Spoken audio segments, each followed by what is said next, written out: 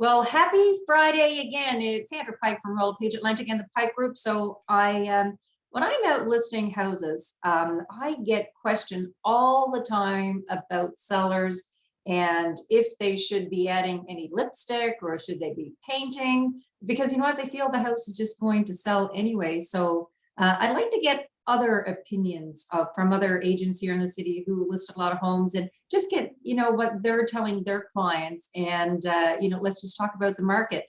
So Janice, I'm going to start with you first. Let's get yourself introduced and where you work and how long you've been in the industry. Sure.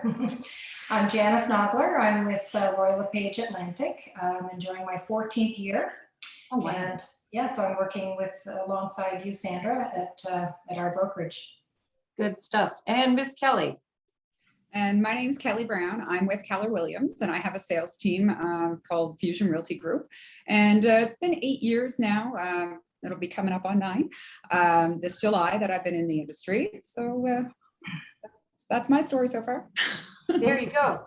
So let's just talk about the market. I'll just give like a general, synopsis of what happens since 2021, doing really quickly. So the average house in 2021 was almost at $500,000.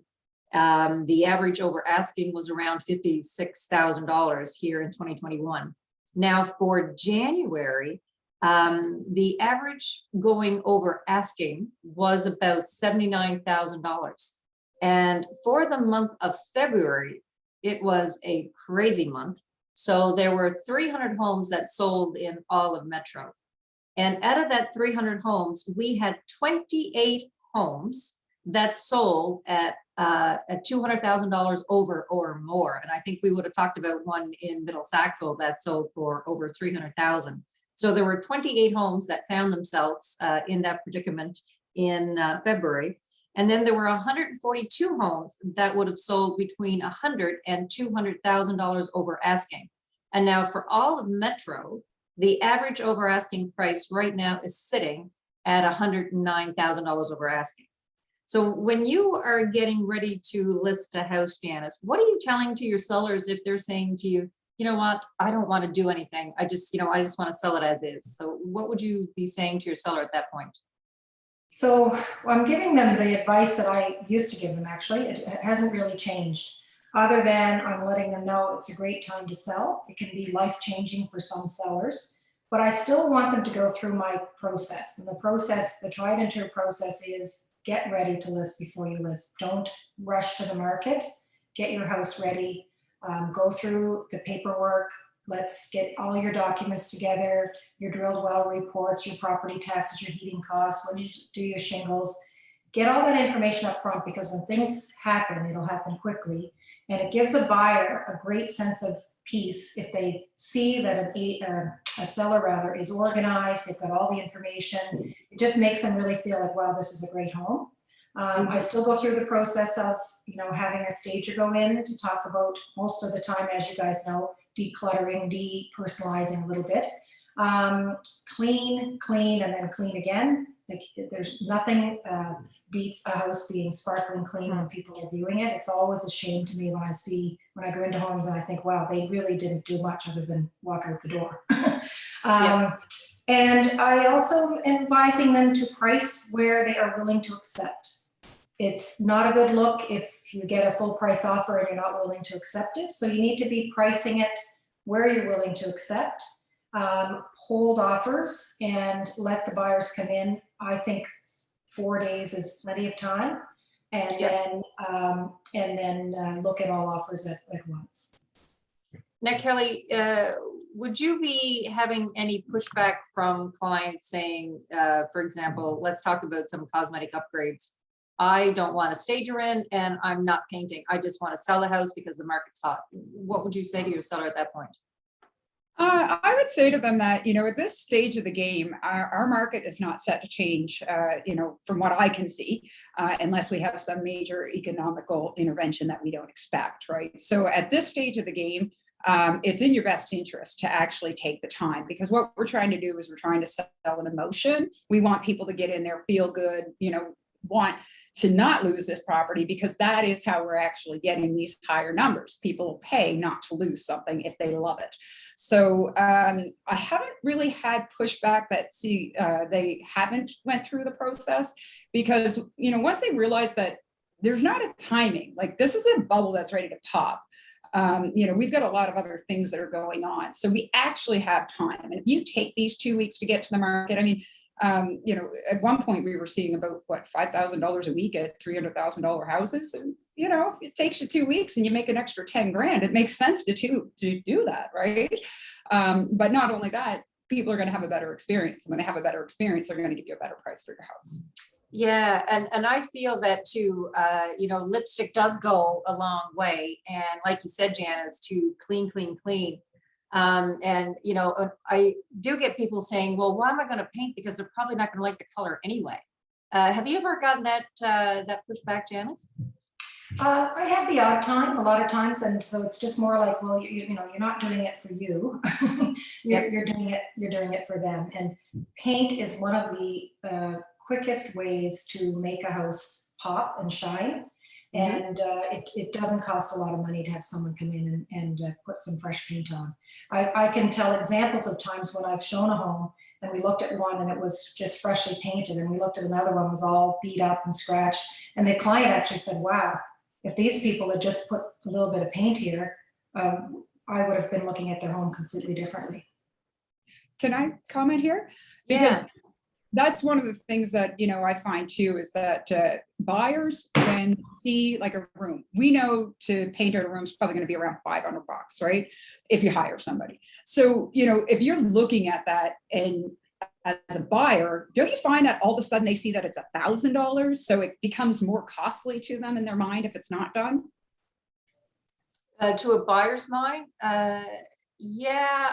When I look at some buyers, my thought would be, I think, well, let me just back up a little bit. I think it's best to put your best foot forward, you know, like you both talked about.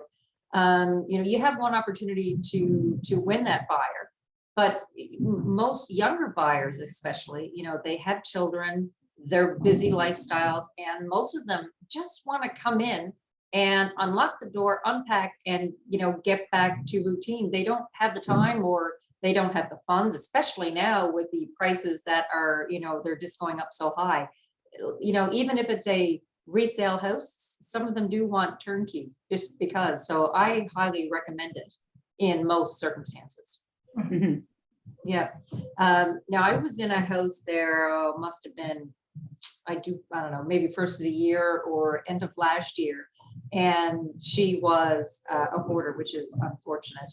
And I had recommended that she move out altogether, because the house to me would have had to been bought back to the studs. I feel that it was that bad. Now, would that have been something that you recommended, like for the person to move out totally and just leave the house vacant? Because at that point, I didn't feel paint or anything was going to make a difference. It was just being, let's just sell it as is. I think that you made a call, and I mean, that would have been a very hard conversation to have with somebody, you know, letting them know that their lifestyle is actually, you know, going to affect their ability to sell this home and get top dollar.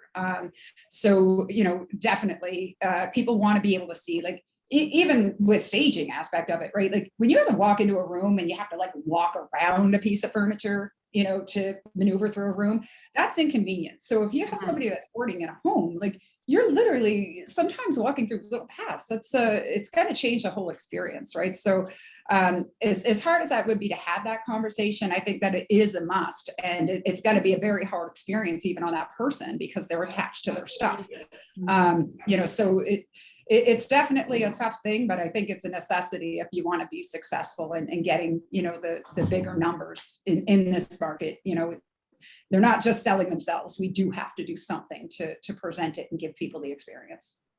Now, Janice, you were talking about, you know, setting expectations with your seller and, you know, price it to sell. Have you had any sellers who were disappointed? Because I know that not everybody's getting $100,000 over asking. You know, what experience have you faced with your sellers, you know, since, let's say, mid 2021 till now? Yeah, I've found, I would say 95% of them have been like completely overjoyed with the outcome that they've gotten. It has been for some life changing. You know, it is their biggest asset that they have. Maybe they're retiring, and that extra money it means the world. There has been maybe one or two instances where they priced it maybe a little bit higher than I was recommending and had a little bit less of a, you know, an income, like a boost in what they received at the end. So it still speaks to me that, I mean, even as hard as it is right now to price, we still need to be pricing appropriately and where someone is willing to accept. But don't go too high. You know, it's a very hard time to price right now, but you just still cannot go too high. So And we were there's having, psychology with numbers with buyers. And another point to that too, though, is that you can go too low as well.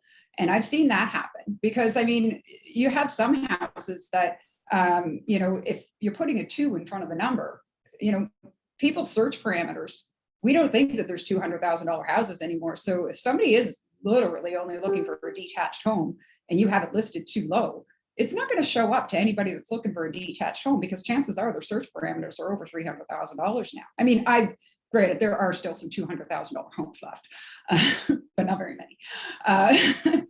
So I think that pricing it's actually it's a hard subject because there's got to be a balance there, and I'm trying to find it. You know, it seems that even when you do go a little bit higher, you're still getting the result. But if you price at what it's actually worth, that seems to be hurting people because nobody's searching in those parameters that's actually qualified to buy that home. So it's very confusing, I think, for people. yeah, for the first time, and even for agents. So Janice, have you run into, you know, not necessarily a seller, but let's say, you know, the regular person on the street, why do I need a real estate agent in this market? The house is going to sell anyway. Like, have you heard that yet? I actually haven't. Yeah. I think that most people really can see the value of a realtor with working with them and helping them through the process, especially now where you know there's so many buyers and so few sellers. I think it's the worst time possibly to try to sell it yourself, actually. Mm-hmm. And how about you, Kelly? Have you heard that? Oh, yes. And I just say to them, like, okay, like, do you know what's actually happening in the market? Because I list a lot of houses. I see what's actually happening with the viewings. You know, are you prepared to have 100 conversations with 100 agents that have hundreds of questions? Like, are you prepared for that? Because it is very overwhelming. And so when you choose to work with a professional, we are the ones that are taking all that for you.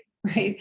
And so we also have ways to make sure that we can get that information out to people so we can answer all their questions before they even ask them. So, you know, if you think that you're ready to have 100 people coming at you with a bunch of questions, and you feel that when all these offers come in, that you're going to be able to look through them and you're going to be able to organize them in a way that's not just about price, you know, to figure out which one is the best offer.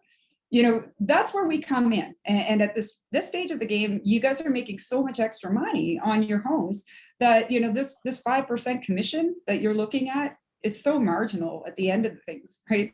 We could probably get somebody a good 10% more than they could get on their own if they actually go to market. So I don't recommend anybody try it on their own, not in this market. You just don't know enough.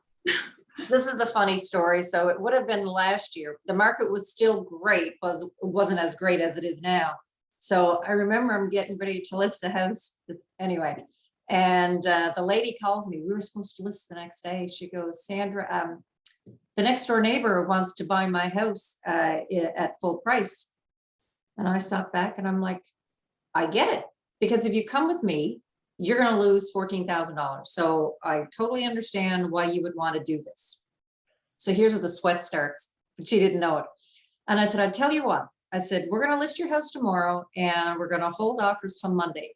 If I can't bring you more than $14,000 that you would, spend when you were with me listing your home, we can cancel the agreement on Monday and you can go away and sell it to the neighbor. And I'm thinking to myself, what in the world am I saying? I got off the phone and I was anyway, I'm thinking, Confident. ooh, like, so needless to say, on Monday, we had an offer for, it was $57,000 over, but that was what the market was bearing in this particular area.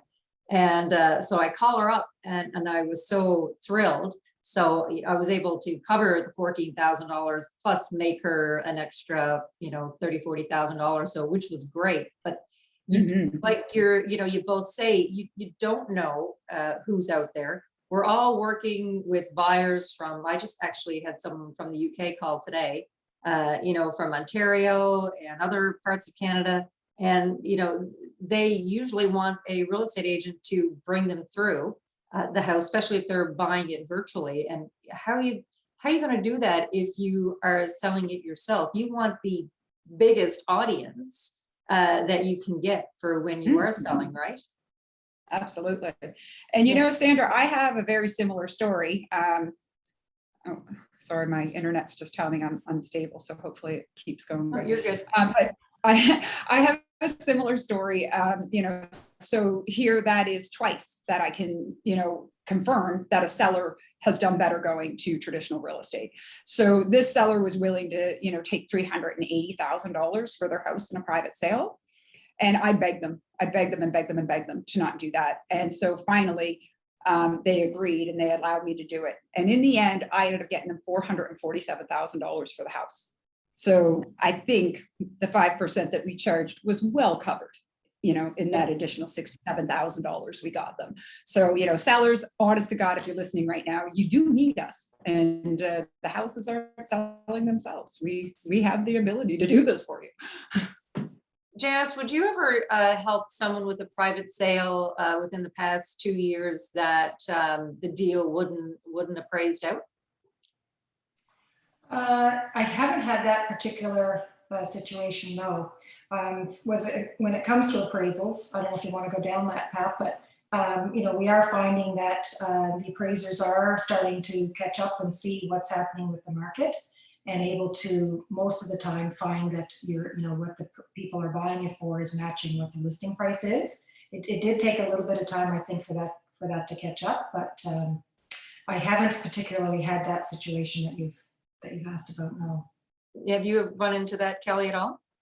I did. I had one, and I actually didn't believe the appraiser, and we did try to fight it back.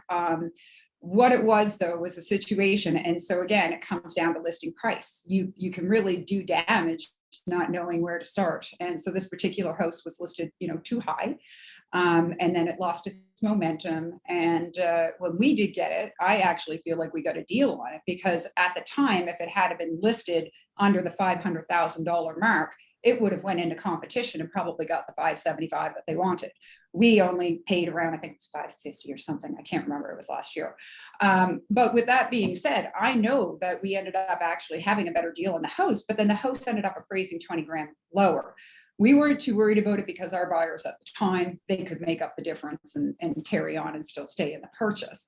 But that did happen. So again, pricing, I think, does affect it. The house, had multiple reductions that were on it, had been on the market for a long time. And then here we come in.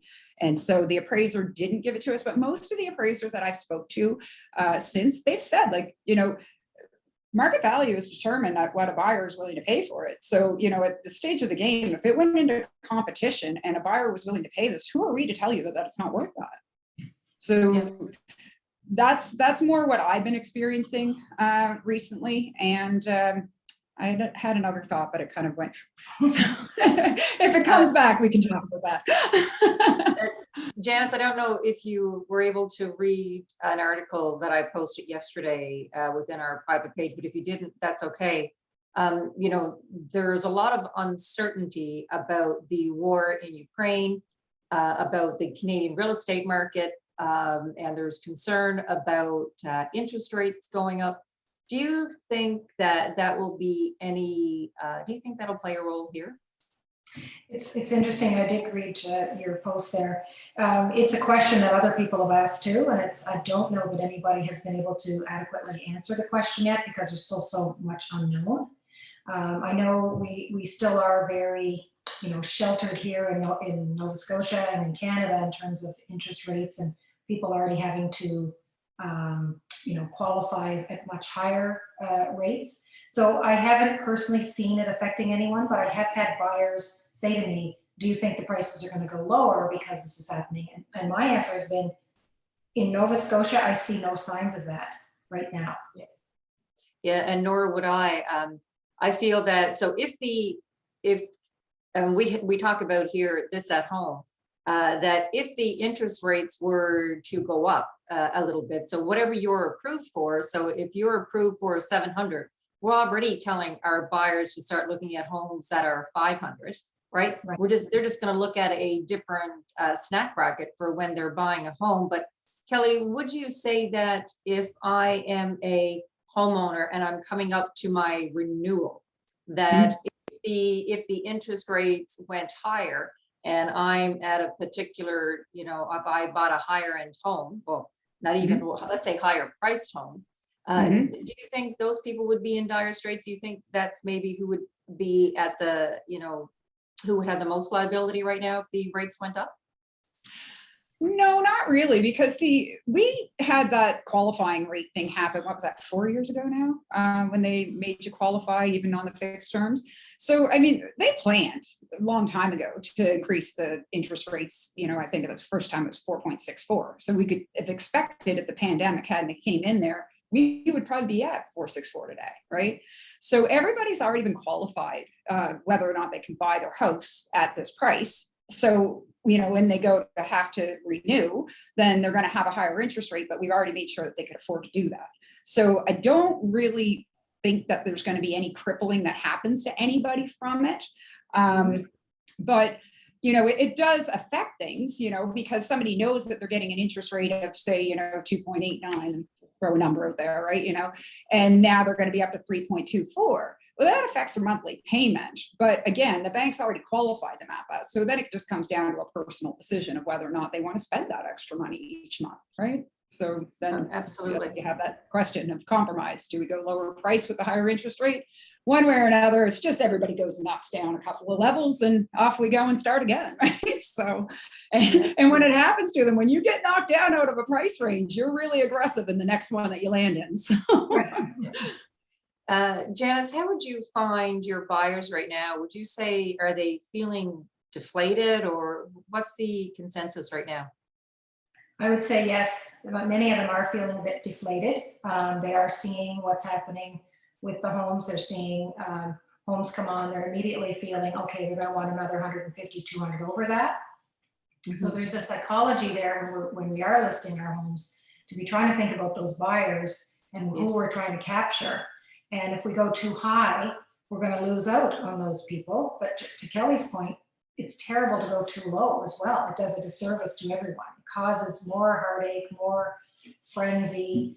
You only really need one offer that you're willing to accept. You don't need 50 or 60 offers. That's not a positive experience for anyone to have to go through that. And I guess I would just say, just from your point you just made earlier, I remember when the rules came in and people had to qualify at the higher rate. There was a bit of a fuss, oh gosh, this is terrible. It actually was a very good thing that our Canadian banking system did. It's akin to saying to people, you should wear a seatbelt because you're going to get hurt, and so ultimately, it's for our own good in the end. And thankfully now, where we're in this situation, I'm not super worried. I'm not worried about my buyers who purchased last year. If the rates go up, I know that they bought within what they can afford. And so that helps me. I can sleep at night knowing they're okay. Absolutely. Well, ladies, thank you so much for joining me today. And I hope to have you both back on again. Thank you. Sounds good. Thanks for hosting it.